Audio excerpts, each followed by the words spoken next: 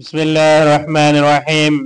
आजकल लोगों में अफवाह फैलाई गई है कि कुरान करीम को तोता मैना की तरह रटने से क्या फ़ायदा, जब तक कि इंसान इसके माने और मतलब ना समझे और जब तक इसके मफ़हूम का उसको तसव्वुर न हो।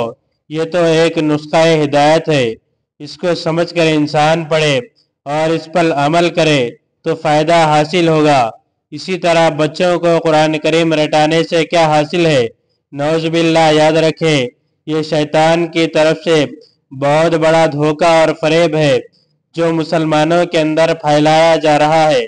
हुजूर सल्लल्लाहु अलैहि वसल्लम को जिन मकासद के लिए भेजा गया, कुरान करीम ने उनको मुतअद्दिद मकामात पर बयान फरमाया।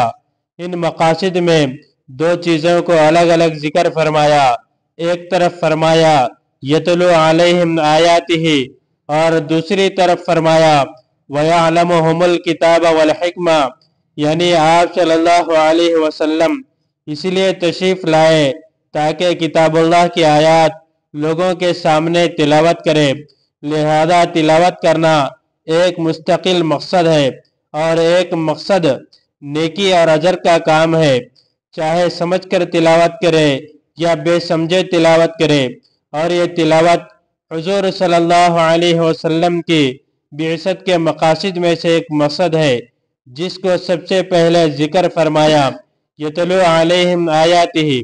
और कुरान करीम की आयत ऐसी बेवकात चीज़ नहीं कि जिस तरह चाहा तिलावत कर लिया, बल्कि नबी सल्लल्लाहु अलैहि वसल्लम ने अपने सहाबा किराम को बाकायदा तिलावत करने का तरीक़ा सिखाया और इसकी तालीम दी कि किस लफ्ज़ को किस तरह अदा करना है, किस तरह ज़ुबान से निकालना है।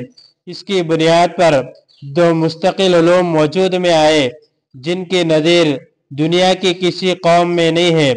एक इल्म तजवीद, दूसरा इल्म क़िराअत। बहरहाल तिलावत बज़ाते खुद एक मकसद है, और ये कहना कि बग़ैर समझे सिर्फ अल्फाज को पढ़ने से क्या फ़ायदा, ये शैतान का धोखा है।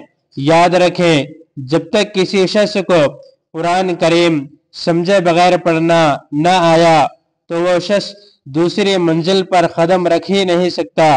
कुरान करीम समझे बगैर पढ़ना पहली सीढ़ी है।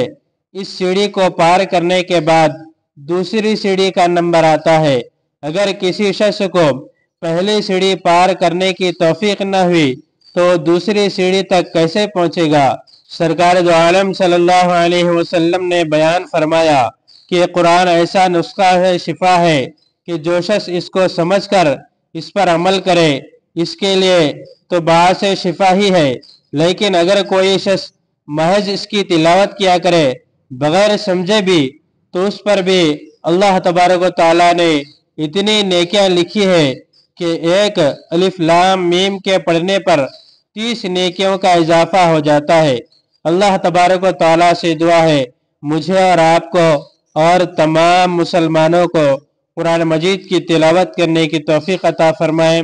इस तरह के और वीडियोस के लिए हमारे चैनल को सब्सक्राइब करें, बाजू में लगे बेल आइकन को प्रेस करें, ज़्यादा से ज़्यादा शेयर करें। इस्लाही खुतबात जिल्द नंबर 10 सफ़ा नंबर 249। इस तरह के और वीडियोस के लिए हमारे चैनल को सब्सक्राइब करें, बाजू में लगे बेल आइकन को प्रेस करें, ज़्यादा से ज़्यादा शेयर करें।